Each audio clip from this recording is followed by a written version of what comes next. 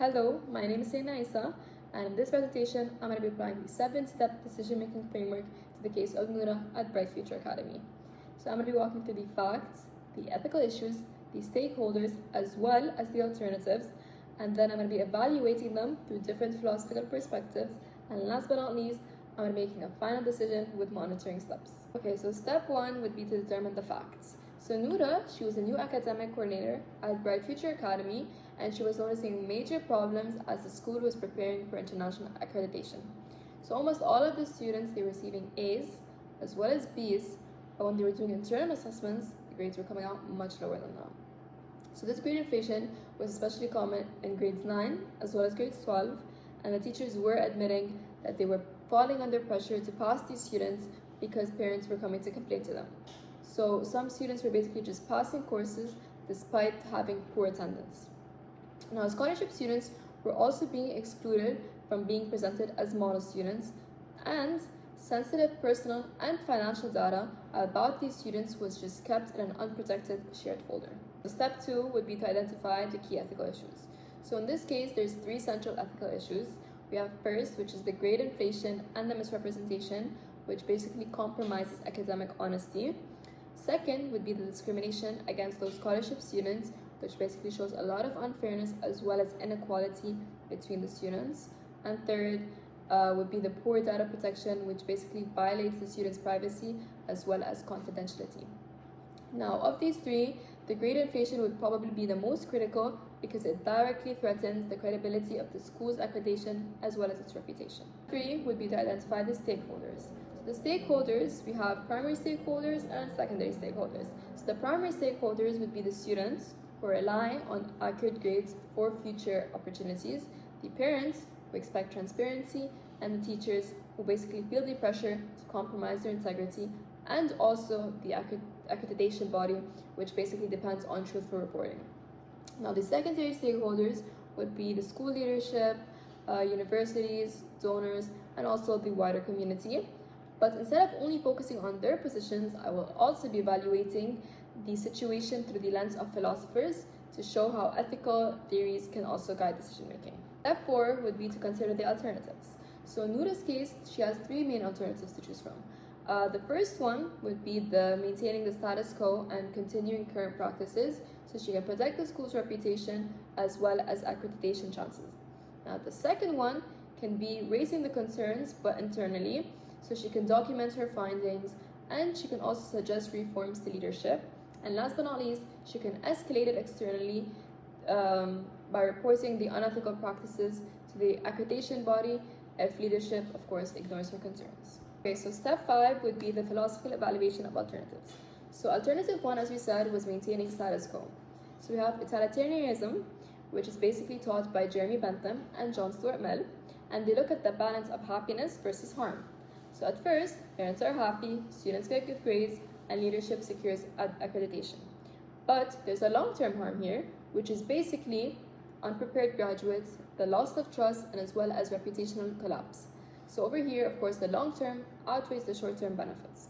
Now, we have Kantian ethics as well from Immanuel Kant, which basically focuses on duties and universal principles. This alternative fails completely. Misrepresentation is lying, and lying cannot be universalized. It treats students and universities as means to an end rather than as ends in themselves.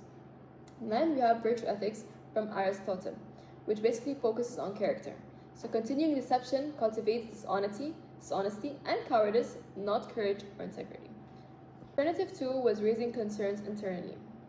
So first we have utilitarianism, which basically this produces the best balance of consequences. So reforming from within would improve fairness and credibility, while also minimizing harm to the school's reputation. Students would benefit long-term, and parents would gain accurate information as well.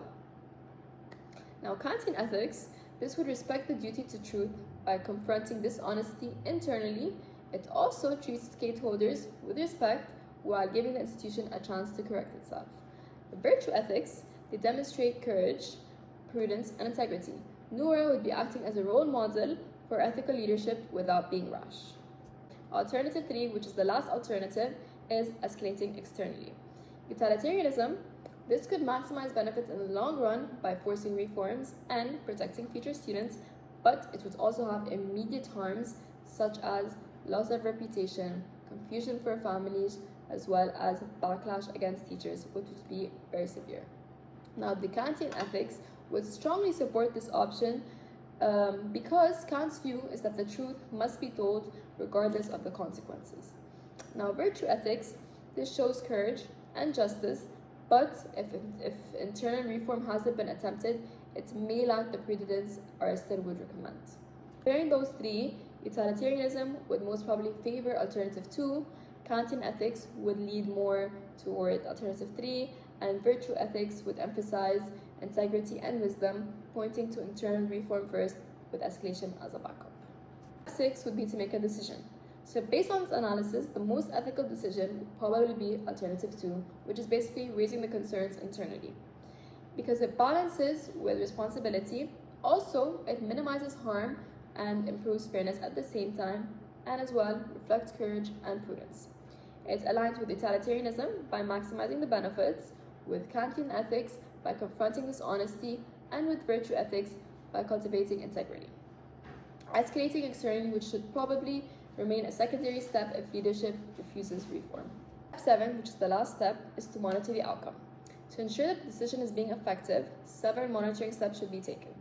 First, they should establish transparent grading rubrics and also review them annually to make sure they're going well. Second is to create strict data protection policies with limited access to the sensitive information. Third could be to implement anonymous teacher feedback systems so it can reduce pressure and also encourage honesty at the same time. Fourth is to track university admission outcomes versus grades to check the credibility. And finally, they can ensure accreditation. Committees include both scholarship and non-scholarship students so they can promote fairness. And these monitoring steps could help sustain ethical reforms long term. In conclusion, philosophers help us see that honesty, fairness, and integrity must guide Noura's response.